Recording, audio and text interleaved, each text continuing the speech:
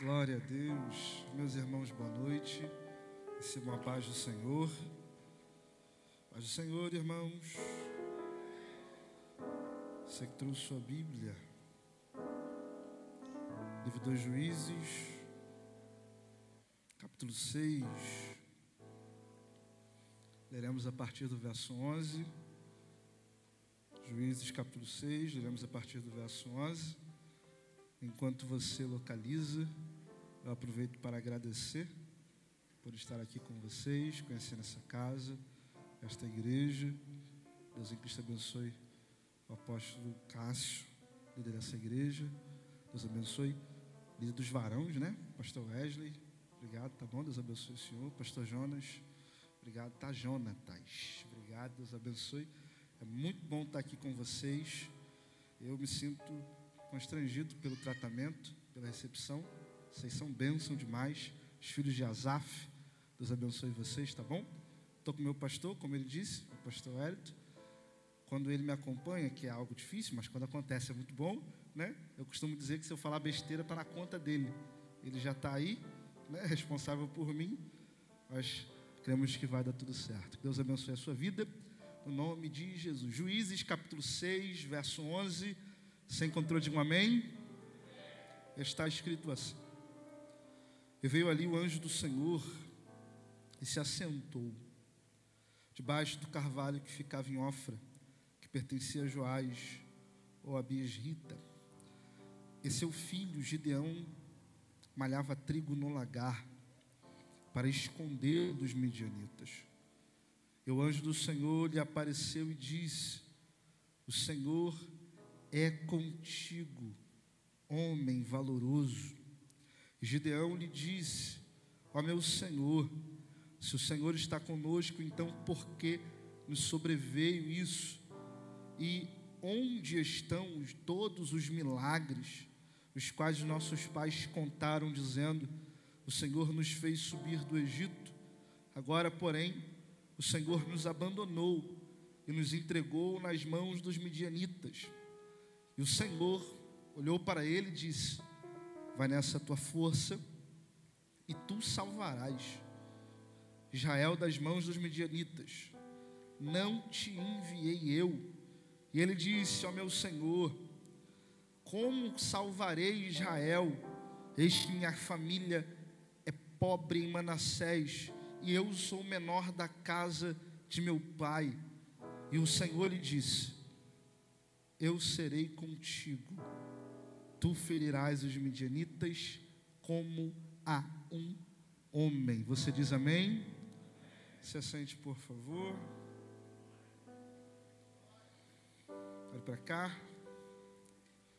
Olha bem para mim aqui, por favor. Eu preciso de alguns minutos da sua atenção. Obrigado. Eu estive buscando ao Senhor uma palavra para falar com vocês e Ele me direcionou esse texto. O texto que nós lemos fala sobre Gideão. Gideão, ele foi um juiz que viveu num período muito complicado de Israel. O período que Gideão vive, ele tem um nome, se dá o nome de período teocrático, porque era o período em que não havia rei. Na verdade, o governo estava nas mãos de Deus. Deus levantava um juiz, e por meio desse juiz o Senhor liderava a nação, o Senhor governava a nação. Mas quem já leu o livro dos Juízes vai entender o que eu vou falar. Para nossa surpresa, o período dos juízes é um dos períodos mais difíceis que Israel viveu, pois ele foi um período de grande inconstância, de grande afastamento de Deus. Israel, no tempo dos juízes, viveu uma gangorra. Ele subia, descia, se aproximava de Deus, se afastava.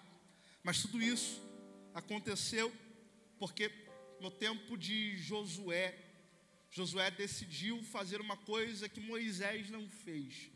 Moisés, quando foi levantado por Deus, a missão de Moisés era liderar o povo até chegar na terra prometida, na terra de Canaã. E Moisés não era somente alguém que estava guiando o povo por um caminho. Moisés também era o líder espiritual do povo. Moisés era aquele que levava o povo a Deus, que falava de Deus ao povo. Só que Josué fez diferente. Josué até introduziu o povo, até guiou eles à terra prometida. Mas no capítulo 24, no verso 15, Josué diz assim ao povo numa reunião: sirvam a Deus, se parecer bem, mas se parecer mal, escolham a quem vocês vão servir, mas eu e a minha casa serviremos ao Senhor. Fabrício, o que Josué fez? Josué deu a liberdade ao povo para escolher se serviriam a Deus ou se não serviriam. O povo tem nas mãos a liberdade de escolha, se servem a Deus ou não. Só que isso vai desencadear um problema, porque quando Josué morre, não há um substituto a Josué. O povo fica sem um líder, o povo fica sem uma liderança. E não é só uma liderança política, eles ficam sem uma liderança também espiritual. O povo não tem quem os guie, o povo não tem quem fale a eles os oráculos de Deus. O povo não tem alguém para reunir e falar que eles estão andando pelo caminho errado. O povo está simplesmente vivendo do jeito que querem. Aí o livro dos Juízes tem uma frase icônica que diz assim: e cada um fazia o que parecia bem aos seus olhos. No livro dos Juízes, todo mundo fazia o que queria, vivia como queria, andava como queria. Isso era um problema, porque eles só faziam isso porque lhes faltavam liderança. Eles só viviam assim porque lhes faltavam liderança. Gente, uma casa sem liderança é uma casa em desordem. Uma casa sem liderança é uma casa onde a obediência fica em último lugar. Uma casa sem liderança é uma casa sem destino, porque um quer ir para a direita, um quer ir para a esquerda, um quer ir para frente, outro quer ir para trás. Só que nesse tempo é o tempo em que Deus vai levantar esse homem chamado Gideão, para se levantar como líder no meio daquele povo. Eu quero muito que alguém esteja comigo para entender o que eu vou dizer. Gideão vai ser levantado para assumir a liderança de Israel. Aí Deus falou comigo enquanto eu estava em casa: nós precisamos assumir a liderança da nossa casa, nós precisamos assumir a liderança da nossa família, nós precisamos assumir a liderança das nossas finanças, nós precisamos assumir a liderança de nós mesmos, porque tem gente que quando não assume a liderança da casa, a casa se destrói, a casa se corrompe. Se nós não assumirmos a liderança das nossas finanças, é a dívida que vai mandar, é a dívida que vai determinar para onde você vai, o que você faz e como você vai viver. Se não assumirmos a liderança de nós mesmos, seremos possuídos, dominados pelos nossos desejos, pelas nossas vontades. Aí o céu trouxe alguém aqui para ouvir isso. Está na hora de você assumir a liderança, está na hora de você tomar o controle de volta, está na hora de você assumir o lugar que Deus te levantou para você assumir. Alguém precisa ouvir isso. Uma casa sem líder quebra, uma família sem liderança fracassa, uma vida financeira sem liderança não vai para frente. Quando nós não assumimos a liderança da nossa vida, as coisas vão para trás. O céu trouxe um homem aqui, o céu trouxe os filhos de Asaf aqui para ouvir isso. Toma o controle de volta. Quem manda na tua casa é você. Toma o controle de volta. Quem grita mais alto lá não é o filho, quem grita mais alto lá é você. Toma o controle de volta da tua família. O céu trouxe alguém aqui para ouvir. Toma o controle de volta nas tuas mãos. Ele vai ser levantado para liderar. Ele vai ser levantado para exercer liderança. O verso 1 do capítulo 6 vai nos apresentar o início dessa história, dizendo que os filhos de Israel fizeram o que era mal aos olhos do Senhor. E o Senhor os entregou nas mãos dos midianitas por 7 anos. Eu quero que você entenda uma coisa. Está escrito que os filhos de Israel fizeram o que era mal. Fizeram o que era mal. Pelo fato deles fazerem o que é mal, a Bíblia diz que o Senhor os entrega nas mãos dos inimigos. Eles vão para as mãos dos inimigos porque fazem o que é mal. Então eles só vão viver aquilo porque eles fizeram o que era mal. Então eu quero que você entenda que eles estarem nas mãos do inimigo não é maldade de Deus, é consequência dos atos deles. Eles só estão vivendo o mal porque antes fizeram o mal. Então o mal que eles vivem é reflexo do mal que eles praticavam. Tem alguém comigo aqui? O mal que eles vivem é reflexo do mal que eles praticavam. Então eles estão recebendo mal porque fizeram mal. Fabrício, Deus é ruim? Não, Deus é justo. Porque aquilo que o homem plantar, diz Paulo, certamente ele vai colher. Não adianta a gente plantar uva e querer colher manga. Não adianta a gente plantar batata e querer colher cenoura. Não adianta plantar o mal e querer colher o bem. Nós precisamos entender que nós somos responsáveis por aquilo que nós estamos plantando.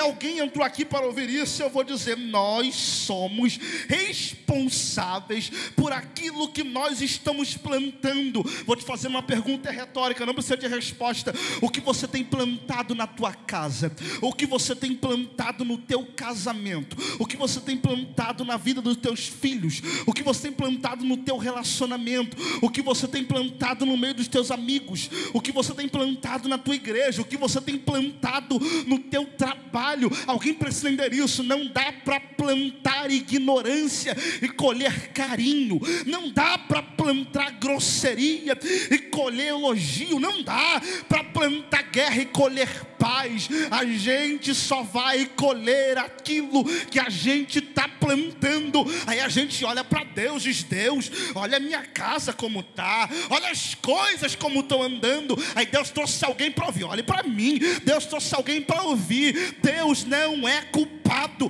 por aquilo que a gente está semeando. Existem colheitas que nós estamos colhendo, é porque nós que plantamos elas, mas o céu trouxe alguém aqui para trocar a semente da tua mão. Você vai voltar para casa com semente diferente. A tua casa vai ser impactada por uma semeadura diferente. Você até saiu de casa colhendo guerra, mas você vai voltar para casa plantando bondade, plantando amor, plantando paciência. Fabrício, o que é isso? Isso é Deus dizendo, eu vou mudar o cenário da tua casa quando você mudar a tua semeadura. Eu vou repetir, eu estou sentindo Jesus aqui. Tem gente que está com a casa em guerra, é por causa da tua semente. O céu te trouxe para ouvir, eu vou cessar a guerra quando você mudar aquilo que você está plantando.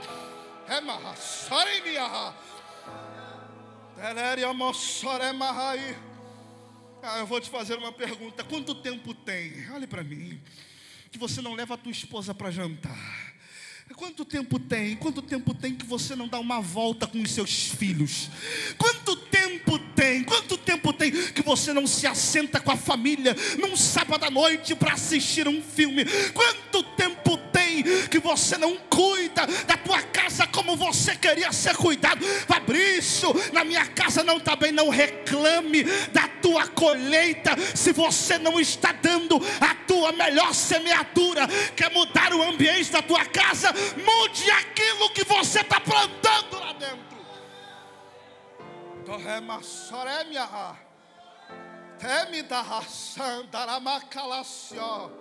Eu estou sentindo Jesus aqui.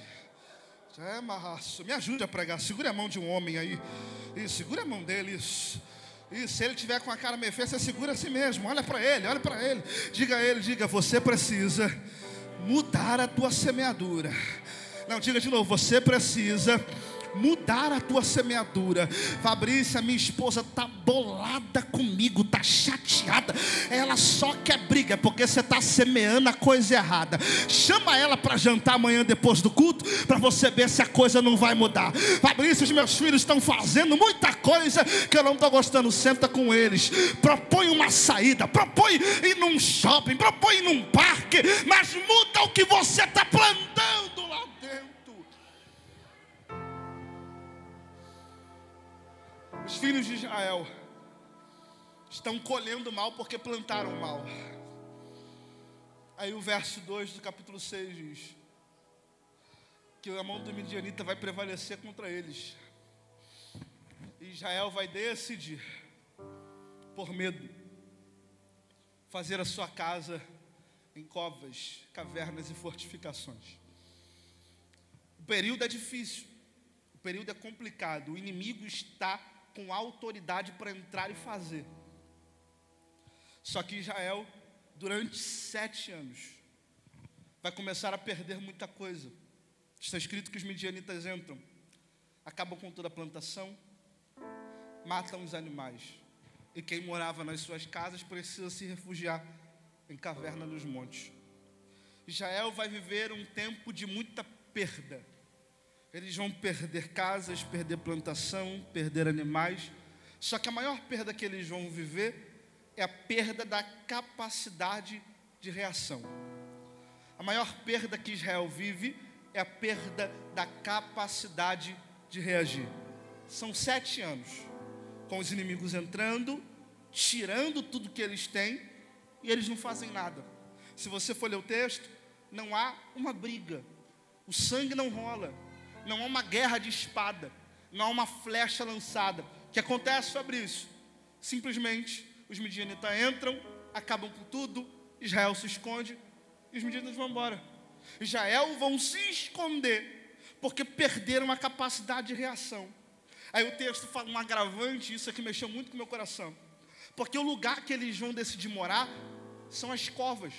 As covas eram os lugares onde eles colocavam os mortos antigamente. Eles faziam cavidades nas rochas e colocavam os mortos. Perceba que em Israel, vivo, estão morando no lugar de mortos. Vivos, estão vivendo no lugar de mortos. Por quê, Fabrício? Porque desistiram de lutar. Porque perderam a capacidade de reação. Quem desiste de lutar, já perdeu. Quem desiste de lutar, já foi vencido.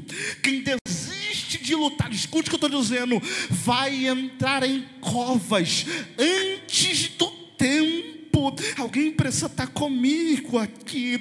Eles desistem de lutar, entram em covas. Mas por que, Fabrício? Porque eles olham para os midianitas, e os midianitas são grandes demais. O povo é numeroso, o povo é mais forte, e eles olham para a força do inimigo e pensam, não dá para fazer nada. Eles olham para o número do inimigo e pensam, não dá para fazer nada. Só que Deus gritou isso no meu coração. Eu digo a você, está na hora da gente reagir. Você não pode se render.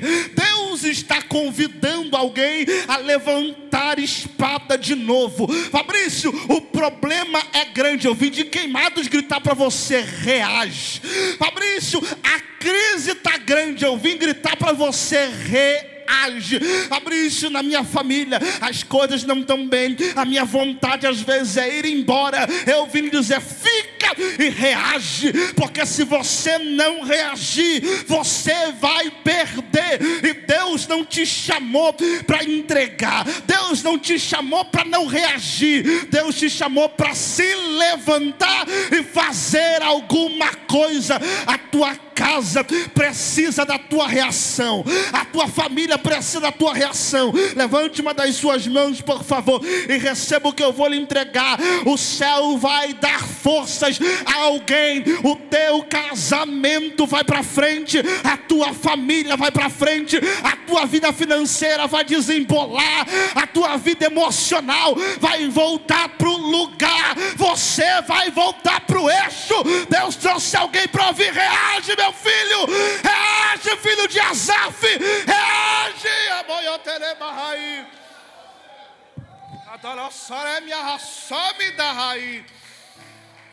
Deus trouxe alguém para ouvir. Eu quero que você reaja.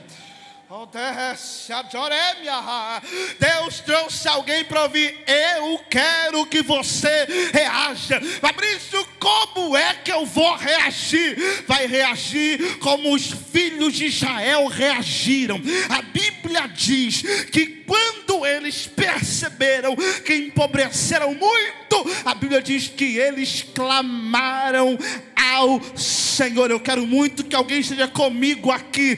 Eles vão orar ao Senhor. Eles entenderam: se a gente não tem força no braço para fazer, se a gente não tem força na espada para fazer, se a gente não tem coragem para fazer, a gente vai buscar aquele que tem poder para realizar. Alguém precisa me ajudar aqui.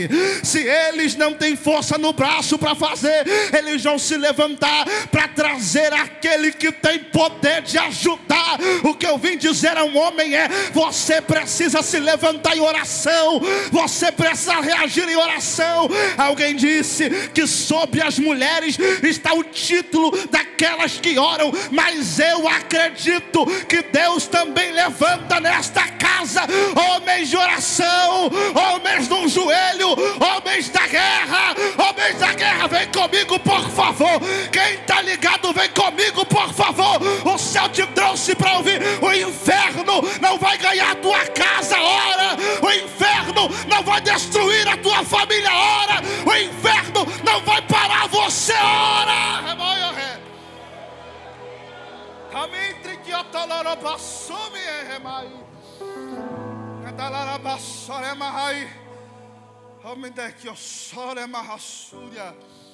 Alguém precisa me ajudar agora.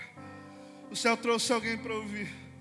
Se você orar, não importa a tua falta de força, se você orar, aquele que tem poder sobre todas as coisas vai se apresentar para você.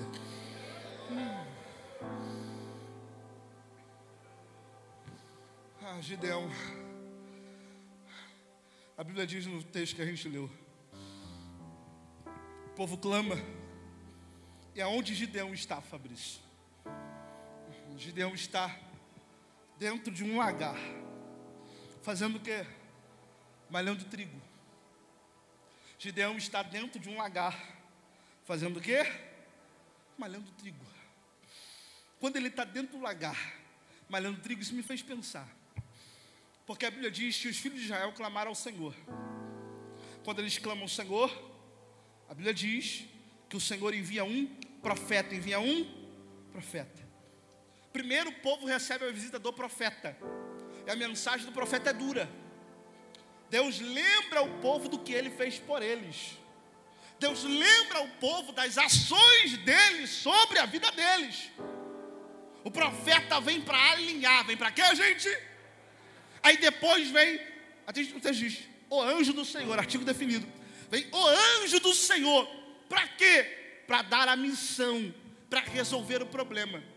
Então, primeiro, quando eles oram, eles recebem a visita de um profeta. E depois recebem a visita de um anjo. Isso aqui é maravilhoso. Porque Deus é assim. Essa cena se repetiu no Novo Testamento. Deus, ele queria salvar a humanidade. Mas antes de começar o plano de salvação, ele trouxe um profeta. Você lembra? João Batista. Apareceu no deserto pregando: arrependei-vos, porque é chegado o reino dos céus. O profeta vem para alinhar o povo. Depois Cristo vem para guiar o povo à salvação. Porque com Deus é assim. Deus primeiro manda profeta, para depois pisar, para mudar a história. Eu não sei se alguém vai entender, mas eu vim como profeta aqui lhe dizer que Deus vai pisar na tua casa. Eu vim como profeta dizer que Deus vai pisar na tua família. Eu vim dizer que o fato de um profeta estar aqui lhe entregando uma palavra quer dizer que já está um relógio de Deus rodando e dizendo a alguém: eu vou pisar lá, eu vou mudar lá, eu vou pisar lá. O povo ora e Gideão está no lagar malhando trigo. O trigo deveria ser malhado na eira, no lugar aberto, lagar lugar de malhar uva. Só que Gideão está ali, malhando trigo no lagar. Fabrício, o que é isso? Deus falou comigo uma coisa. Gente, a Bíblia diz que quem ora é o povo. Quem ora é o povo.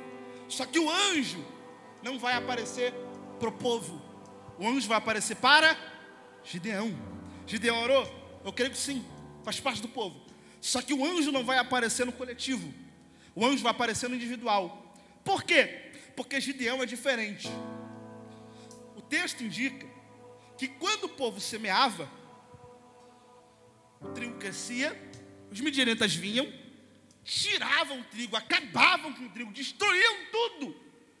Mas Gideão é diferente, porque dá a ideia de que quando Gideão semeou, o trigo cresceu antes do inimigo chegar. Gideão pegou o trigo, escondeu no lagar e foi malhar trigo. Alguém precisa pegar. O povo semeia e perde para o inimigo. E Gideão semeia, pega o trigo e vai para o lagar. Alguém precisa estar comigo aqui. Gideão entendeu uma coisa: enquanto o povo está se escondendo de medo, Gideão está reagindo de alguma forma. Porque Gideão vai receber a visita do anjo? Porque Gideão está reagindo de alguma forma. Todo mundo orou, mas só Gideão recebeu a visita do anjo. Todo mundo orou, mas só Gideão recebeu a visita do anjo. Eu vou dizer a alguém: tem gente que vai orar como você, vai subir o mesmo monte que você, vai fazer o mesmo jejum que você, mas só alguns receberão a visita do anjo. Por quê? Porque esses decidiram fazer alguma coisa. Porque não adianta orar e se esconder, não adianta orar e ficar parado, não adianta orar e não fazer nada. Gideão entendeu: se for para orar, eu preciso orar e fazer. Se for para orar, eu preciso orar e trabalhar. Se for para orar, eu preciso orar e fazer alguma terêmia raçulha. Em Gideão eu aprendo que oração e trabalho caminham juntos. Você me ajuda? Olhe para quem está perto de você e diga: oração e trabalho caminham juntos. Tem gente perdendo guerra porque só ora e não faz nada. Tem gente perdendo guerra porque só trabalha e não ora. Alguém precisa entender, o livro de Neemias vai dizer uma coisa que eu acho maravilhoso. Capítulo 2, verso 18. Está escrito assim: que a mão de Deus estava com Neemias. Embaixo estava escrito: e a mão do povo se fortaleceu para ajudá-lo. Porque para acontecer a obra é assim: é mão de Deus e mão do povo. É mão de Deus e mão do povo. Enquanto Deus faz, você faz também. Deus abre caminho, você passa. Deus te dá força, você trabalha. Deus faz por você e você faz. Alguém precisa entender: o possível é com a gente, o impossível está na mão dele. Ô Moisés, o que é que você tem? Eu tenho o cajado, então faz o possível. Qual? Toca no mar. E o impossível, deixa que eu vou abrir para você. Gideão entendeu que ele precisava unir a oração com a ação. E está Gideão malhando trigo no lagar. Isso aqui é maravilhoso. Que enquanto ele malha trigo no lagar, o anjo aparece. Quando o anjo aparece com uma saudação esquisita. Porque o anjo aparece dizendo: isso aqui é maravilhoso. O anjo aparece dizendo a Gideão: varão valoroso, varão valoroso. Gideão ouve aquela saudação e acha estranho, porque o anjo está lhe chamando de varão valoroso. E eu fiquei pensando sobre isso, porque o anjo poderia dizer varão esperto, porque o que ele está fazendo é muita esperteza. Ele poderia chamar Gideão de qualquer coisa, mas o anjo está falando que ele é um homem valoroso. Um homem, por que isso? Porque antes de Deus levantar Gideão para uma missão, Deus quer levantar Gideão. Alguém precisa estar comigo aqui, porque tem luta que parece que suga a nossa capacidade de reconhecer quão valorosos somos. Tem gente que no meio da luta perde a capacidade de se enxergar, perde a capacidade de ver o quão bom é, o quão inteligente é, o quanto Deus investiu em si. Tem gente que por causa da luta perde a capacidade de se olhar e reconhecer as suas qualidades. Gideão, no meio da luta, com certeza perdeu essa qualidade, mas Deus, quando pisa lá, olha para Gideão e diz: você é um homem de valor, porque antes de eu levantar você para acabar com eles, eu vou levantar você para você se colocar de pé.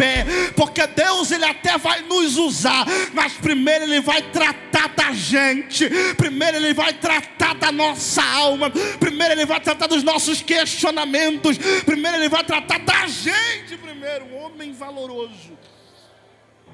Hoje eu digo: você é um homem valoroso, Gideão.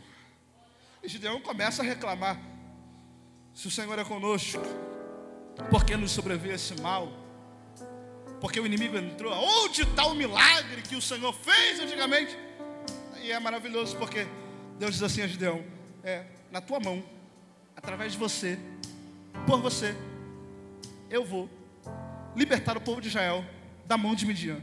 Isso aqui é maravilhoso. Sabe por que é maravilhoso? Porque Deus está dando a Gideão uma missão. Uma missão. A missão dele é essa: você vai derrotar os midianitas.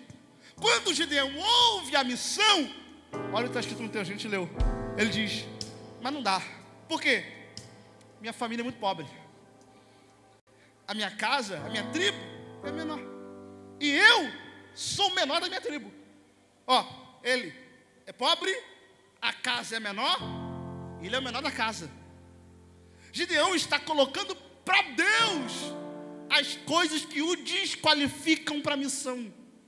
Gideão está mostrando para Deus as suas dificuldades, as suas debilidades, as suas coisas que o faz não combinar com a missão que Deus deu. Gideão está dizendo: Senhor, para mim não dá, porque eu sou incapaz.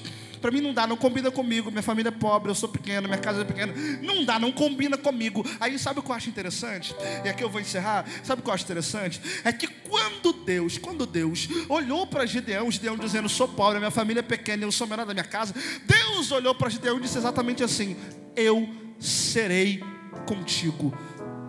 Isso aqui mexeu muito com a minha cabeça, sabe? Porque Gideão apresenta 3 problemas a Deus: sou pobre, minha família é menor e eu sou menor. Então Deus precisaria resolver primeiro o problema de Gideão. Qual? Se é pobre, sou, fica rico. A tua casa é menor? Vou fazer a maior. Você é menor da casa? Sou, vou te fazer o maior dentre teus irmãos. Mas não, Deus, quando Gideão apresenta os seus defeitos, Deus diz: serei contigo. Alguém precisa me ajudar. Quando Gideão diz: para mim não dá, Deus diz: serei contigo. Sabe o que é isso? É Deus dizendo a alguém: não é na tua força, não é no teu jeito, não é na tua vontade. Fabrício, tu não tem noção do tamanho do meu defeito. Olha, Deus, eu sou contigo. Os seus defeitos serão totalmente esquecidos pelo fato dele estar com você. Eu me lembro de Moisés. Moisés olhou para Deus e disse: Senhor, não dá não, porque eu sou pesado em palavras, eu não sei falar direito, não dá para mim. Aí olha Deus para Moisés: Moisés, eu serei contigo. Jeremias olhou para Deus e disse: Senhor, eu não sei falar, eu sou uma criança. E olha a resposta de Deus: Jeremias, eu vou colocar a minha palavra na tua boca e você contigo. Fabrício, não entendi. O que eu estou lhe dizendo é: Deus é maior que os nossos problemas, Deus é maior que as nossas faltas, Deus é maior que as nossas incapacidades. Não tem a ver com você, tem a ver com aquele que te chamou. Não tem a ver com a tua força, tem a ver com aquele que te chamou. Não tem a ver com a tua inteligência, com a tua capacidade, com a tua conta bancária, com a tua oratória. Tem a ver com aquele que te chamou. Eu sou contigo. Se põe em pé, por favor. Se põe em pé.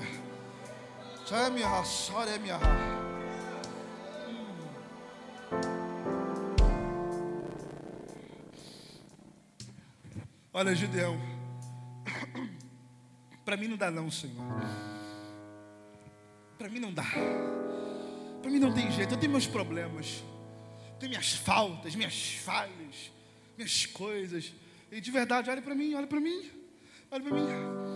Tem vezes que a gente coloca diante de Deus os nossos defeitos, as nossas faltas, as nossas falhas, só para ver se Deus desiste de nos dar a missão.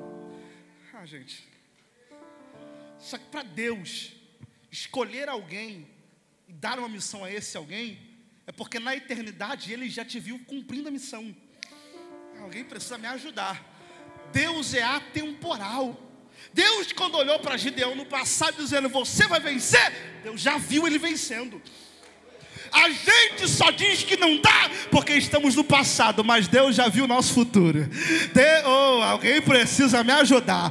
Você só diz que não dá porque você está preso a essa linha temporal, porque você está preso à tua realidade. Mas Deus não está preso à nossa realidade. Se Ele te deu uma missão, se Ele te deu uma chamada, se Ele te deu a tua família, se Ele te deu esse negócio e essa ideia, é porque Ele sabe que na tua mão está a capacidade de fazer.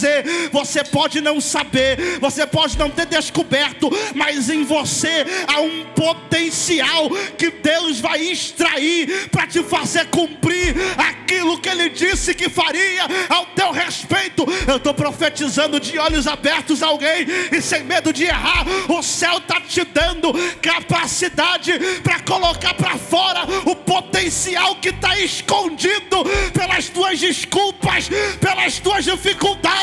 Deus trouxe alguém para ouvir. Eu vou arrancar o teu melhor, eu vou tirar de você o teu melhor. Fabrício, para mim não dá até que Deus chegue para dizer eu sou contigo. Fabrício, para mim não dá até Deus chegar para dizer eu vou fazer. De olhos fechados, por favor. De olhos fechados, por favor. Terrema só me atacar da sua. Eu sinto amado aqui.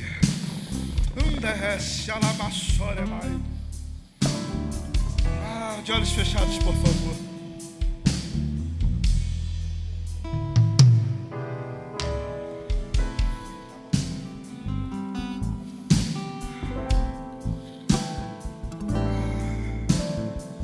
Eu sinto Jesus aqui.